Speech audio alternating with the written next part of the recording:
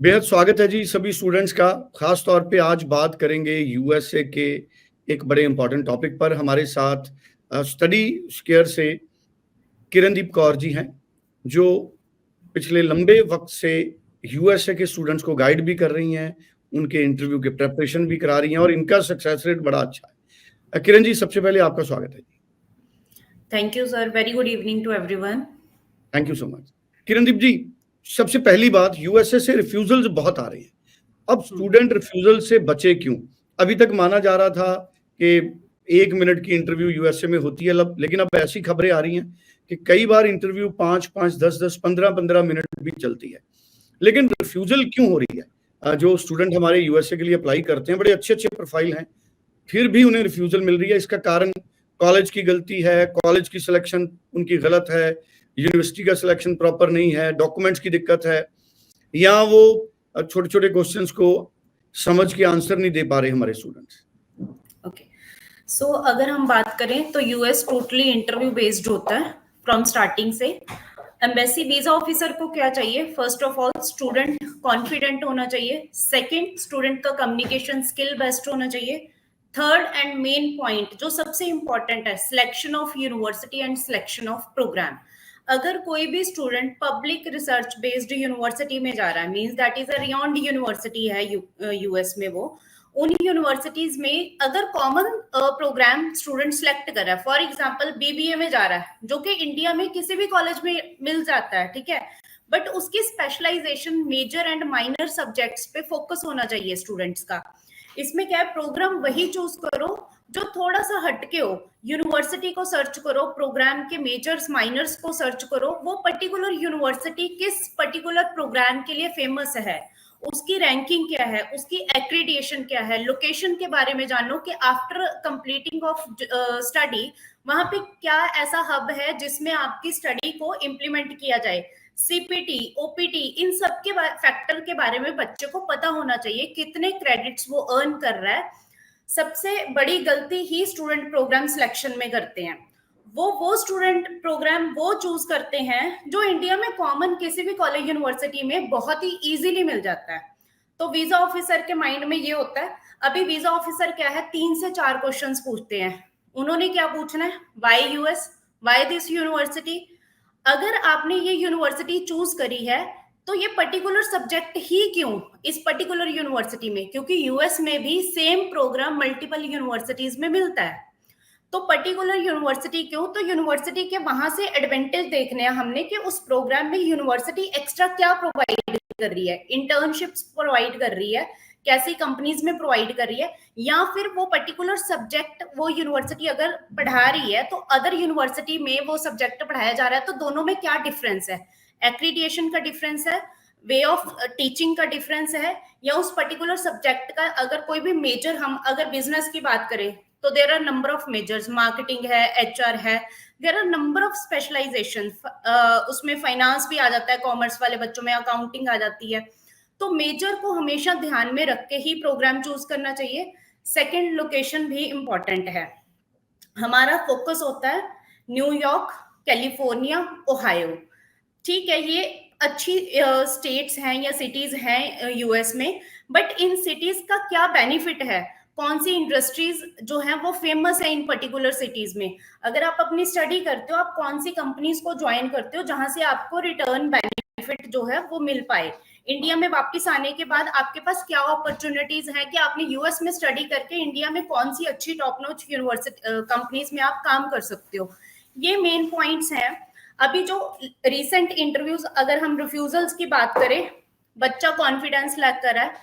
Second, अगर Punjab Haryana students की बात करें तो उसमें क्या है कि बच्चे का जो टच है वो पंजाबी एंड हरियाणवी कहीं ना कहीं आ रहा है उनकी लैंग्वेज में, उसके ऊपर वर्क करने की बहुत जरूरत है स्टूडेंट्स को। थर्ड, अगर वो आंसर प्रॉपर देंगे तो वीजा ऑफिसर के पास कोई ऑल्टरनेट नहीं होगा आपकी फाइल को रिजेक्ट करने का। थर्ड, आपका जो DS 160 फॉर्म जो हम फिल करते हैं उसको प्रॉपर फिल करना है, आपका रीजन उसमें क्लियर होना चाहिए। अगर गैप टाइम पीरियड भी आ रहा है आपकी प्रोफाइल में तो DS 160 में नोट्स आते हैं, उसमें मेंशन करो कि उस गैप टाइम पीरियड में आपने किया क्या एग्जैक्ट।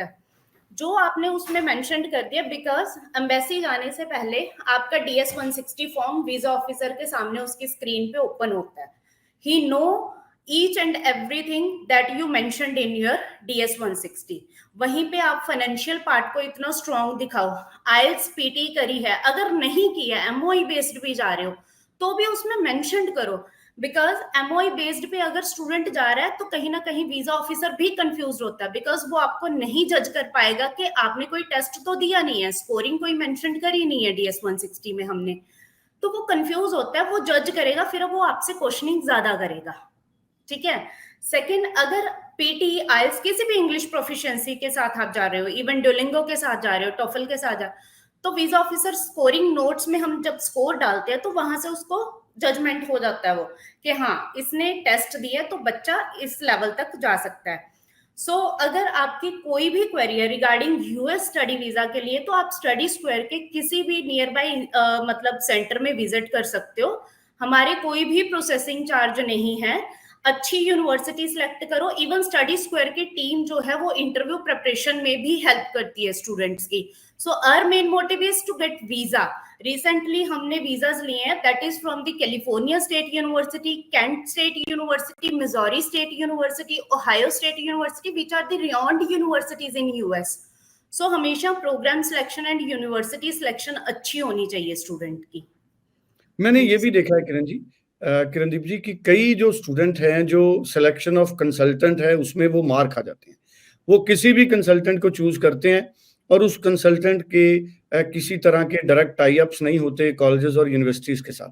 ये कितना बड़ा फैक्टर है? ओके सर, अगर एम्बेसी को इस चीज से कंपैरिजन करें तो एम्बेसी ना तो किसी कंसल्टेंसी को जानती है, ठीक है, उनके पास जो इंफॉर्मेशन स्टूडेंट फिल आउट करके देगा वो उसी को मानते हैं. अब यहाँ पे अगर कंसल्टेंसी का मैं बात करूं तो as being a Study Square employer, तो स्टडी स्क्वायर जो है एक ऑस्ट्रेलियन ब्रांड है. हमारे मल्टीपल डेस्टिनेशंस में डायरेक्ट टाई अप्स हैं यूनिवर्सिटीज के साथ. आप just name the university, we will get the offer and prepare you for the further process. तो हमारी ना तो कोई ही प्रोसेसिंग फीस है, मींस ना ही बिफोर वीजा ना ही आफ्टर वीजा. प्रोग्राम सिलेक्शन जो है वो बहुत ही मतलब बेटर वे में की जाती है. There are number of managerial factors भी, मतलब स्टेप्स हैं हमारी एजेंसीज में, जहां पे अगर आपको एक ऑप्शन हम लोग दे रहे हैं तो 4 ऑप्शन बच्चा सामने से हमें भी देता है, तो हम सभी ऑप्शंस को कंसीडर करके फिर ही बच्चे को एक फाइनल ऑप्शन फाइनलाइज करते हैं बैठ के कि उसके नेगेटिव एंड पॉजिटिव दोनों पॉइंट्स क्या हैं. अगर इंटरव्यू में फॉर एग्जांपल कई बार क्या होता है कि बच्चा किसी बैचलर ऑफ आर्ट्स के लिए है बट उसको यूएस जाना है, वो बैचलर ऑफ मैनेजमेंट के लिए, मास्टर्स ऑफ मैनेजमेंट के लिए अप्लाई कर रहा है, तो हमें उसके पॉजिटिव नेगेटिव दोनों साइन बताते हैं. इंटरव्यू में क्या पूछा जा सकता है, उसका आंसर कैसे करना है, ये स्टडी स्क्वायर की टीम जो है वो प्रोवाइड करती है. And there is no processing fees in the Study Square. ना ही वीजा से पहले बच्चे ने कुछ पे करना, ना ही वीजा के बाद. जो भी प्रोसेस है वो ट्रांसपेरेंट है टोटली. अब यूएसए के लिए कौन से इंटेक्स हैं? अभी सर यूएस के लिए चल रहा है जनवरी 25 एंड अक्टूबर में कुछ लिमिटेड यूनिवर्सिटीज हैं जिनमें सीट्स ओपन हैं. अगर मैं rayon like California State university की बात करूं या फिर कैंट स्टेट यूनिवर्सिटी की बात करूं तो इन यूनिवर्सिटीज में जनवरी 25 जो है वो अभी ओपन है एंड इन यूनिवर्सिटीज के जो स्लॉट्स हैं वो अगस्त में ओपन हो जाएंगे. Thank you so much. अब मेरा आखिरी क्वेश्चन है, अब जैसे इतने रिफ्यूजल हो रहे हैं यूएसए से, तो जिन स्टूडेंट के रिफ्यूजल हैं क्या वो आपसे रीअप्लाई कर सकते हैं? फिर कोई उम्मीद बनती है दोबारा वीजा की? Yes definitely. अगर किसी भी स्टूडेंट का कोई भी रिफ्यूजल है वो हमें कंसल्ट करे. हम पहले बच्चे का बैकग्राउंड प्रोफाइल चेक करेंगे कि उसने प्रीवियसली क्या स्टडी किया है. अगर उसका प्रोग्राम सिलेक्शन गलत हुआ तो हम उसका अकॉर्डिंगली प्रोग्राम सिलेक्ट करेंगे, देन उसको इंटरव्यू के लिए प्रिपेयर करवाएंगे एंड रीलॉजमेंट पॉसिबल है, हम यूएस में रीलॉज कर सकते हैं फाइल.